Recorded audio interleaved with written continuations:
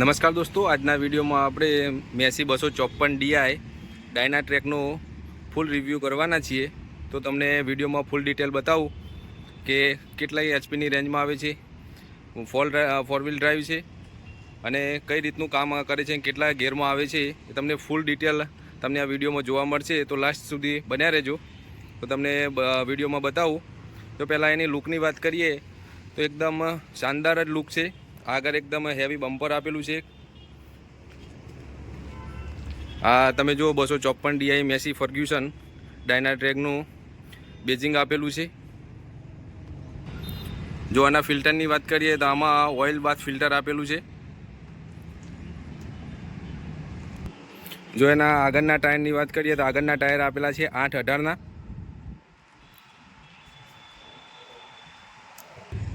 અને એના પાછળના ટાયરની વાત કરીએ તો પાછળના ટાયર એના આપેલા છે 14/9/28ના પાછળના ટાયર આપેલા છે. જો એને પાવર રેન્જ એટલે એચપીની વાત કરીએ તો 50 એચપીની કેટેગરીમાં કે ટ્રેક્ટર આવે છે અને 3 સિલિન્ડર એન્જિન તમને જોવા મળશે. જો એની સીસી કેપેસિટીની વાત કરીએ તો 2700 સીસી કેપેસિટીનું એનું એન્જિન આપેલું છે. અને એને ફ્યુલ ઇન્જેક્ટ પંપની વાત કરીએ તો ફ્યુલ ઇન્જેક્ટ પંપ એનો ઇનલાઇન પંપમાં આવે છે.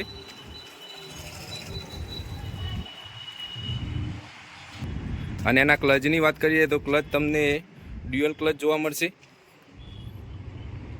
અને ગેર બોક્સની વાત કરીએ તો ગેર બોક્સ એનું કોન્સ્ટન્ટ મેશ ગેર બોક્સ તમને જોવા મળશે. અને જો એની સ્પીડની વાત કરીએ તો સ્પીડ તમને 35.5 કિલોમીટર પ્રતિ કલાકની તમને સ્પીડ જોવા મળશે. પીટીઓની વાત કરીએ તો પીટીઓ એનો ક્વોડ્રા પીટીઓમાં તમને મળશે. પીટીઓની સ્પીડની વાત કરીએ તો 540 RPM અને 1789 RPM તમને જોવા મળશે પીટીઓ. અને જો એની હાઇડ્રોલિક લિફ્ટ કેપેસિટીની વાત કરીએ તો હાઇડ્રોલિક લિફ્ટ કેપેસિટી તમને 2050 kgની જોવા મળશે. જો એના લેન્થની વાત કરીએ તો ઓવરઓલ લેન્થ એની 3642 mm જોવા મળશે. અને એની પહોળાઈની વાત કરીએ તો 1784 mmની એમને એની પહોળાઈ જોવા મળશે.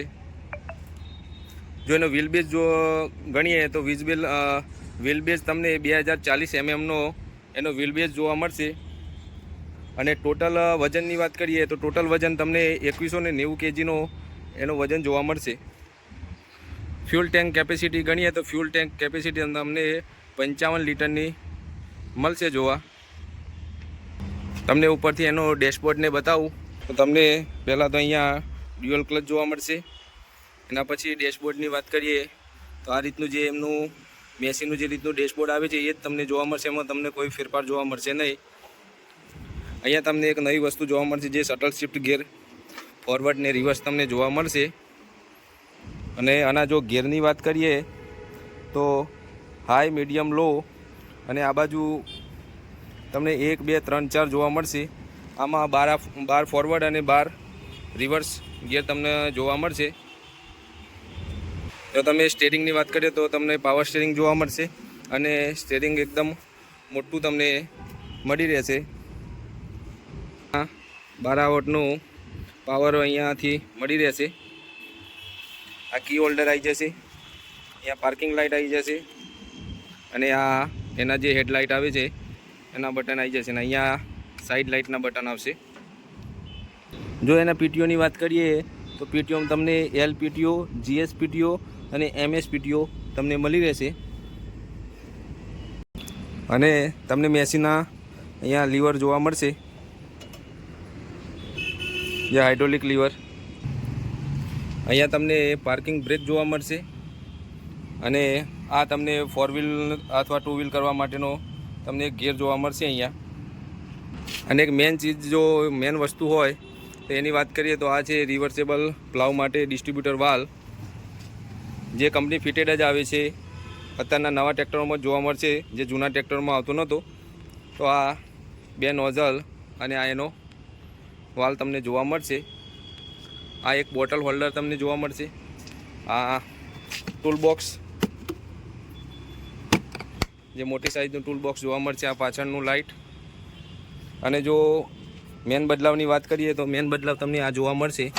અહીંયા પહેલાં એક વટાવાળું જે ફિટ કરવાનું આવતું હતું એની જગ્યાએ બોલ્ટ સિસ્ટમ આપી દીધી છે, લોક સિસ્ટમ. તો આ એક ખાસ બદલાવ છે. આ એક હેવી ટ્રોલી માટેનો હિચ જોવા મળશે. તો આ હતી મેસી 254ની ડિટેલ. આ તમને એક અલગથી ફિલ્ટર જોવા મળશે. તો મેસી 254 4 વ્હીલ ડ્રાઈવ ડાયનાટ્રેક જે તમને બેઝિંગ જોવા મળશે અહીંયા 4WD ડ્યુઅલ ક્લચમાં એક મસ્ત અને શાનદાર મોડલ તમે જોઈ શકો છો.